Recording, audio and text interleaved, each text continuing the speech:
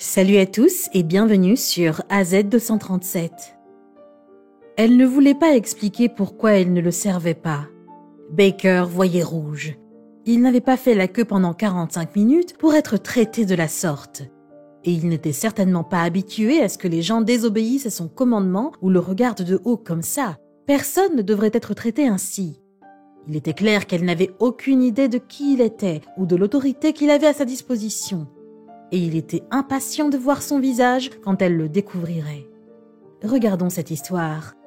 Mais avant de commencer, j'aimerais vous rappeler qu'après avoir regardé cette vidéo, vous pouvez faire un tour sur notre chaîne pour découvrir de nombreuses histoires à la fois incroyables, intéressantes et émouvantes.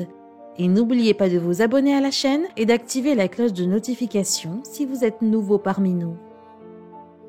C'était un jour de congé bien nécessaire pour Carl Baker, un homme de la vieille d'Alexandrie. Après une série de gardes de 12 heures, il avait ardemment besoin de s'asseoir et de se détendre. Il avait tout prévu pour sa journée.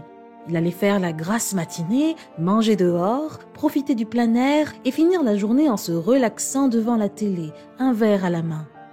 Mais les choses n'allaient pas se passer comme prévu. Il se réveilla en voyant son chien sauter sur son lit. Le soleil brillait sur son visage et il était déjà midi. Il s'habilla, se servit une tasse de café et réfléchit à l'endroit où il pourrait aller pour prendre un brunch décent. Décidé, il sauta dans sa voiture et se dirigea vers un restaurant qu'il n'avait jamais fréquenté auparavant, à la périphérie de la ville. C'est une décision qu'il regrettera plus tard. Il le regardait avec un mépris total. Cela faisait longtemps que Baker n'avait pas été confronté à un manque de respect aussi flagrant. Son travail lui épargnait généralement d'être traité ainsi, mais personne ici ne savait qui il était. Il entra dans le restaurant et rejoignit la file d'attente. Sa faim grandissait à mesure qu'il lisait le menu sur le mur, tout comme le compte-rendu des minutes alors qu'il faisait la queue. Il avait depuis longtemps réduit son choix à 2 plats. Il était génial à bien des égards, mais une chose pour laquelle il avait toujours été connu, c'est qu'il était un mangeur difficile. Il était pour le moins pointilleux et lorsqu'il choisissait un restaurant, il avait bon espoir que ses recherches porteraient leurs fruits. Il était persuadé que cela vaudrait la peine de faire la queue pendant 45 minutes. Mais comme il avait tort. Bien que le délai d'attente pour passer une commande soit exceptionnellement long, il était un homme patient. Mais bientôt, sa prétention à ce trait de caractère allait être poussée au-delà de ses limites. Lorsqu'il arriva finalement à la caisse, il était absolument affamé et excité à l'idée de commander. Mais ce qui se passa ensuite lui fit tourner la tête. Il salua poliment la caissière qui lui répondit par un regard qui ressemblait à de l'impatience ou de l'ennui. Elle mâchait un chewing-gum et avait l'air de ne pas passer une bonne journée. Néanmoins, il continua de sourire en commandant sa nourriture.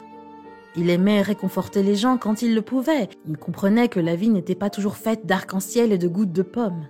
Et ce n'était certainement pas le cas pour cette personne. Baker commanda et fut surpris de l'entendre dire que sa commande n'était pas possible aujourd'hui. Il était déçu, mais il avait encore d'autres options. Il passa à sa deuxième option, qui là encore n'était pas disponible. Confus, il regarda le menu et commanda le seul autre plat du restaurant qu'il voulait. Elle roula des yeux et répéta sa réponse précédente. Maintenant, Baker était ennuyé. Il avait passé beaucoup de temps à faire la queue pour obtenir de la nourriture qui était indiquée à la craie comme plat du jour. S'il avait su que ces plats n'étaient pas disponibles, il n'aurait pas attendu. Et la mauvaise attitude implacable de la serveuse n'arrangeait pas les choses. Malgré tout, il retint sa frustration et demanda s'il y avait autre chose qui n'était pas prévu dans le menu. Elle roula à nouveau les yeux et le regarda d'un air vide, comme pour lui dire par télépathie que la question qu'il venait de poser était stupide. Maintenant, son attitude et leur publicité mensongère étaient devenues excessives. Il fallait qu'il dise quelque chose. Mais avant qu'il n'ait pu ouvrir la bouche, c'était comme si elle lisait dans ses pensées. « Écoutez, monsieur, si vous ne commandez pas, vous devez partir, » grommela-t-elle. « C'est ça, » se dit Baker. Il resta sur place et dit calmement. « Puis-je parler à votre manager ?» Sans un mot, elle se mit sur le côté et cria vers l'arrière-cuisine. Elle renvoya son regard vide à Baker et une femme sortit en réponse à son appel. Elle regarda Baker, puis la ligne derrière lui. « Quel est le problème ici, monsieur? Vous retenez les gens derrière vous. » Maintenant, Baker pouvait voir d'où venait l'attitude de la travailleuse et il sut que ce ne serait pas agréable. Il ne tint pas compte de l'insinuation insultante selon laquelle il serait la cause de ses répliques ridicules et lui expliqua ce qui s'était passé et comment la direction devrait régler le problème qu'il voyait dans son établissement. Sa réponse fit bouillir son sang. Puis, chose incroyable, une cuisinière se présenta à la caisse pour dire à la directrice « Vous feriez mieux de me retirer de la file parce que je ne le sers pas », en faisant un geste vers Baker. Il s'agissait certainement d'un comportement inacceptable de la part de ce personnel. Baker attendait que la directrice prenne des mesures, mais elle se mit à rire. Il garda son sang-froid et leur conseilla calmement de mieux traiter leurs clients, sous peine de répercussions. Comme il l'avait prédit, elle ne suivit pas ses conseils avec bienveillance. « Je comprends que les choses ne se soient pas passées comme vous le souhaitez aujourd'hui, monsieur, mais c'est la vie. Maintenant, si vous pouviez gentiment vous retirer de mon établissement, je ne sers pas les hommes comme vous, lança-t-elle. « Des hommes comme moi ?» répondit Baker avec incrédulité. Que voulait-elle dire par des hommes comme lui? C'en était assez. Il ne jouait plus au monsieur gentil. Parlant avec plus d'autorité, il réitéra son but et la rassura en lui disant qu'il parlait pour son propre bien. Maintenant, il lui demanda de préciser ce qu'elle entendait par des hommes comme lui. Mais ce qu'elle fit ensuite dissipa tout doute dans son esprit quant à l'éventualité des représailles. Elle était froide et provocante. « Je n'ai pas besoin d'expliquer ce que je voulais dire à qui que ce soit. Sortez maintenant avant de faire une scène, déclara-t-elle. Baker voyait rouge. Il n'était pas habitué à ce que les gens désobéissent à son autorité comme ça, et il n'était certainement pas habitué à ce que les gens le regardent de haut. Personne ne devrait être traité de la sorte. Il était clair qu'elle n'avait aucune idée de qui il était ou de l'autorité qu'il avait à sa disposition. Il pensait souvent que se promener sans son uniforme était un bon moyen de voir comment les gens étaient vraiment, et tout ceci le prouva. Il était clair pour lui qu'elle n'allait pas lui parler comme à un adulte. Il se sentit totalement méprisé et ridiculisé lorsque les spectateurs commencèrent à le remarquer. Il regarda autour de lui, tous les yeux et toutes les oreilles faisaient attention à lui. Son visage devint rouge lorsqu'il réalisa que presque tout le monde dans le restaurant le regardait. Il ne reconnaissait personne, mais il se demandait si l'un des clients le reconnaissait. Si ça avait été le cas, il n'aurait probablement pas pensé qu'un restaurant aurait le culot de le traiter ainsi. N'ayant plus rien à dire, il quitta le restaurant.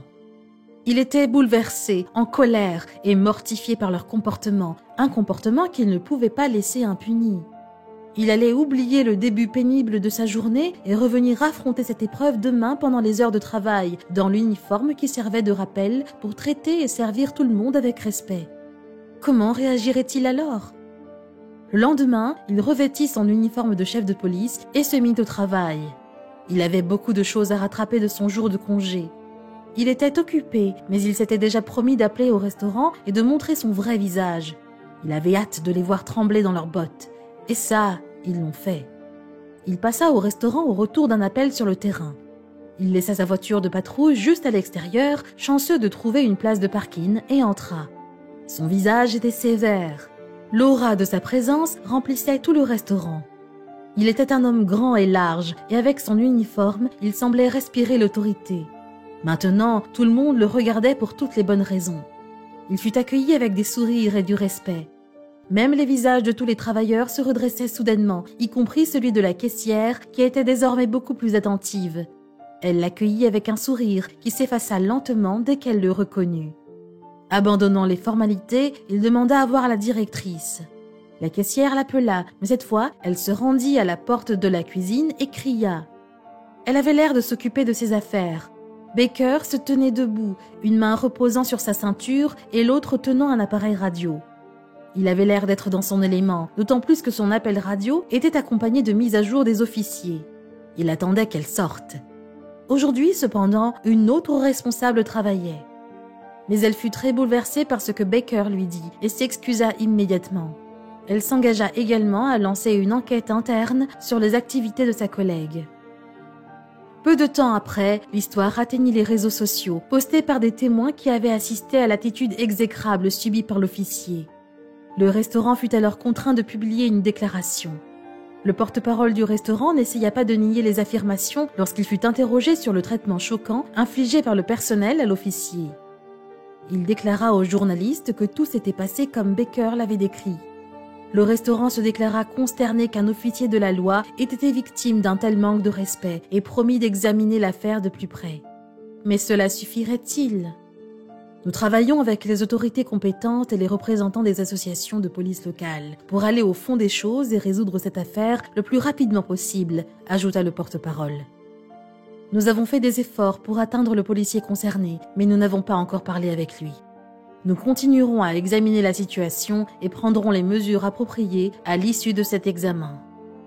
Malgré l'empressement de l'établissement à sauver la face, l'histoire fit rapidement le tour de Twitter et de Facebook, aux grandes dames de milliers d'utilisateurs. Je ne sais pas pourquoi l'officier offensé n'a pas poursuivi le restaurant pour 150 000 $. C'est un comportement horrible qui pouvait facilement être considéré comme une violation des droits du client, écrivit un lecteur furieux, tandis qu'un autre adopta un point de vue plus pragmatique. Si j'étais flic, je me préoccuperais beaucoup moins de ces gens qui sont ouvertement anti-police et plus de celui-là qui nourrit sournoisement du ressentiment et manipule ma nourriture. Même si le représentant du syndicat de la police d'Alexandrie, Pete Feltham, félicita le restaurant pour sa coopération et ses excuses rapides, le mal était déjà fait, même lorsque le restaurant s'était empressé d'accrocher des affiches soutenant les policiers à l'extérieur du restaurant. Il ajouta qu'il estimait que M. Baker avait parfaitement géré la situation. Il gardait son calme plutôt que d'intensifier la confrontation. Cependant, il déclara qu'il était surpris qu'un incident comme celui-ci se produise à Alexandrie, car les forces de police ont généralement de bonnes relations avec les résidents et les entreprises locales. Mais aucune des paroles de Feltham n'avait réussi à apaiser la colère du public. Des centaines de commentaires furent laissés sur la page Facebook du restaurant, l'informant avec colère qu'il allait être définitivement boycotté et encourageant les autres clients à faire de même. Après l'incident, il avait même été question pour certains utilisateurs de médias sociaux de casser le restaurant. Cependant, Baker fit clairement connaître sa position à ce sujet. Il déclara qu'il n'était pas en faveur de la culture de l'annulation et qu'il ne voulait pas que des crimes soient commis dans le restaurant à cause de cela. Il découragea également toute tentative de boycott de l'établissement. « Prenez la grande route », exhorta-t-il. « Les actions de quelques-uns ne sont pas équivalentes aux actions de beaucoup, et 2 mots ne font pas un bien après tout. » En réponse à l'énorme contre-coup, le restaurant tint ses promesses. Il publia une déclaration officielle moins d'1 semaine plus tard, selon le Washington Post. Dans la déclaration, l'entreprise clamait que les opinions et les actions de ces personnes sont inexcusables et ne reflètent pas celles de l'entreprise ou le reste du personnel du site de Duke Street. Nous avons conclu que les 2 membres de l'équipe en question avaient agi de manière inappropriée et nous avons immédiatement mis fin à leur emploi. Puis il s'ensuivit. Nous avons le plus grand respect pour les responsables de l'application de la loi et nous apprécions les relations que nous avons établies avec le département de police local d'Alexandrie au fil des ans. Mais ce n'était pas tout. Le gérant de nuit et le restaurant retrouvèrent Baker pour s'excuser du comportement choquant des 3 membres du personnel et avaient l'intention de faire tout leur possible pour faire comprendre à tout le monde leur position en matière de soutien aux forces de l'ordre. La situation avait même retenu l'attention d'Alison Silberberg, maire d'Alexandrie. Elle déclara qu'elle appréciait les excuses sincères de l'entreprise pour cette situation regrettable. Mais que pensaient les autres membres des forces de police de toute cette affaire ? Eh bien, votre première réaction en tant qu'officier de police est la colère, déclara le chef du département de police au poste local. Nous traversons actuellement une période très difficile dans nos relations avec tout le monde et le fait qu'un de mes officiers soit traité de cette manière, instantanément, votre première réaction est la colère, puis vous vous calmez un peu. Lorsqu'une serveuse avait vu une situation similaire se dérouler, elle décida d'intervenir. Brittany pouvait sentir la colère bouillir en elle. Comment quelqu'un peut-il être aussi grossier ? Elle n'avait jamais demandé cela. Ce n'était pas non plus comme s'ils étaient méchants d'une manière discrète. Ils essayaient de lui faire dire qu'elle était d'accord avec eux et qu'elle les suivait. La situation empira lorsqu'elle alla voir son patron, qui lui recommanda de faire de la lèche.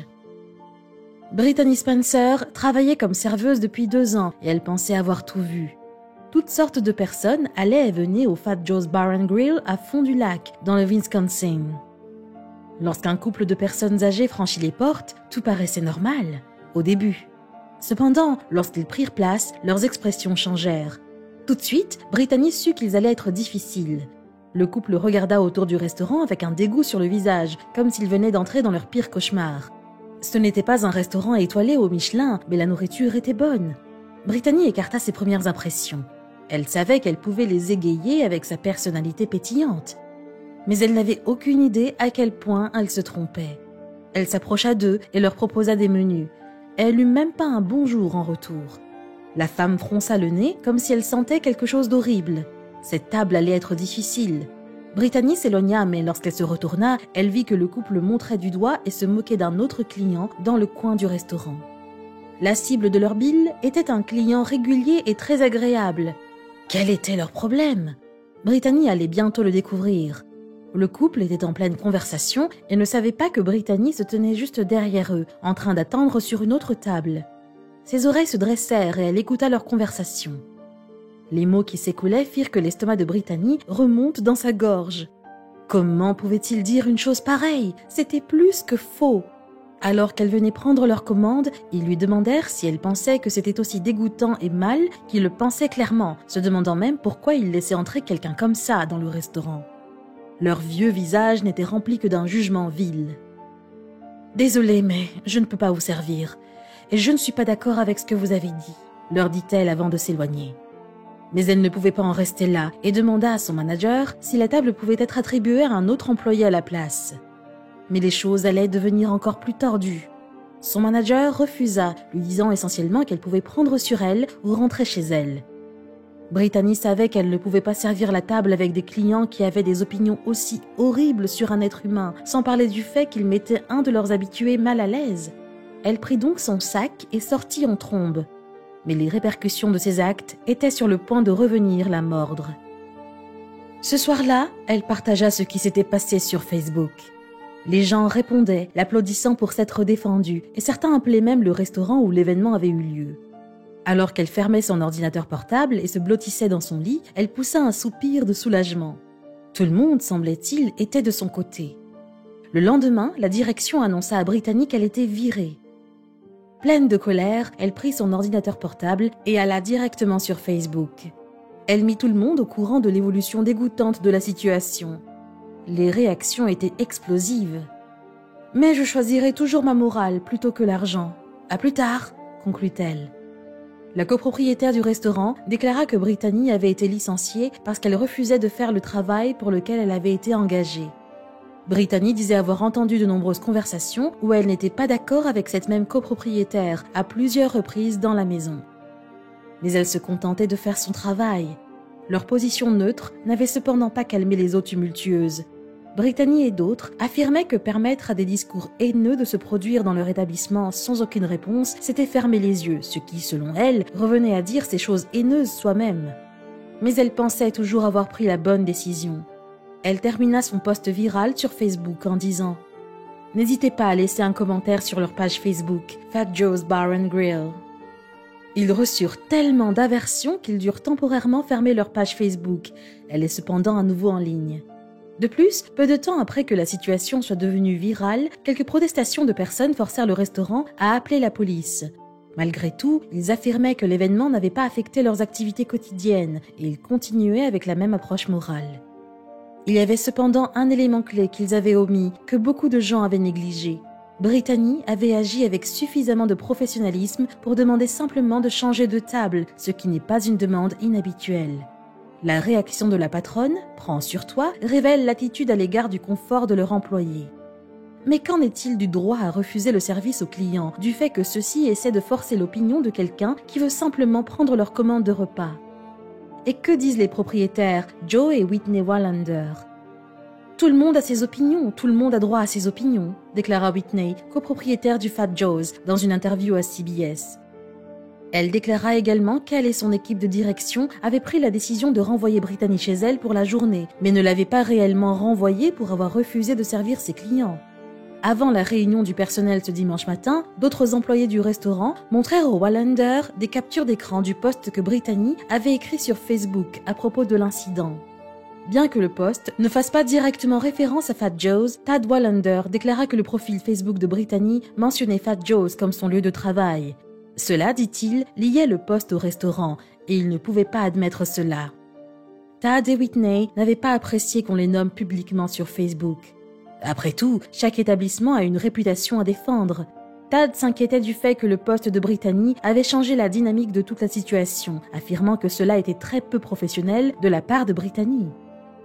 Lorsque Brittany arriva à la réunion du personnel, elle fut rapidement licenciée. Elle a décidé de poster sur Facebook le fait d'avoir été renvoyée chez elle, déclara Whitney, et nous venons de prendre la décision commerciale de ne pas avoir d'employés qui vont nuire à la réputation de notre établissement. Nous devrions pouvoir nous entendre d'un commun accord, ajouta-t-elle. Tout le monde a des opinions différentes et je pense qu'il est important que nous sachions comment vivre avec des gens qui ont des opinions différentes des nôtres. Nous ne prenons pas position sur les conversations que les gens ont. Nous n'allons pas imposer à une seule personne ses convictions politiques, ses croyances morales, ses idéaux. Nous sommes juste là pour servir de la nourriture et des boissons, déclara Tad. Même si les propriétaires du restaurant se sentaient justifiés dans leurs actions, d'autres affirmaient qu'ils auraient dû s'en douter, surtout dans le climat politique actuel. La discrimination était dans la ligne de mire de la politique et des médias ces derniers mois, et les campagnes qui espéraient sensibiliser sur ce problème travaillaient plus dur que jamais. Par conséquent, la plupart des nets citoyens n'appréciaient guère toute forme d'intimidation. Après le post de Brittany, la page Facebook de Fat Joe's s'est transformée en champ de bataille politique, déclara Tad, le forçant à le fermer. Il ne voulait pas que le restaurant soit impliqué dans le post de Brittany. Puis, un jour plus tard, l'entreprise reçut plus d'une douzaine de courriels de menaces. Selon les propriétaires, Fat Joe's cherchait toujours à être neutre et respectueux, et Tad déclara qu'il n'y avait jamais eu de problème entre les deux parties auparavant. S'ils ont le sentiment d'être harcelés, je m'en excuse, cela n'a jamais été mon intention, dit Brittany. Je ne veux pas que quelqu'un soit harcelé, mais ils doivent savoir que ce qu'ils ont fait était mal. Laisser les gens dire des choses transphobes, ce n'est pas rester neutre, dit Brittany. Je n'ai pas fait de scène, je ne demandais pas qu'il soit mis dehors, je voulais juste prendre une autre table. De son côté, le restaurant semble redoubler d'efforts après toutes les réactions négatives. Tad a déclaré que le restaurant accueillait tout le monde, y compris apparemment les clients odieux qui aiment harceler les autres clients. Si vous voulez passer notre porte d'entrée et que vous voulez avoir notre nourriture ou nos boissons, regarder la télévision, écouter de la musique en direct que nous fournissons, nous allons vous servir du mieux que nous pouvons et vous rendre heureux selon vos normes, déclara Wallander à WTMJ. Brittany précisa qu'elle ne nourrissait aucune rancune contre le Fat Joe's ou les propriétaires de l'établissement, mais elle espérait que la réponse qu'ils avaient reçue en ligne leur servirait d'expérience d'apprentissage et qu'à l'avenir, ils ne laisseront pas les discours de haine passer inaperçus. J'espère que cet incident ouvrira les yeux des gens sur le fait que ce genre de haine existe encore en 2019 et que le fait de rester les bras croisés et de laisser cette haine se propager est tout aussi mauvais que de la répandre soi-même, déclara-t-elle. Pensez-vous qu'elle a fait ce qu'il fallait? Quelle est votre opinion au sujet de cette histoire? Dites-le nous dans les commentaires. Si vous avez aimé cette vidéo, alors cliquez sur le bouton j'aime et partagez-la autour de vous. À très bientôt sur AZ237.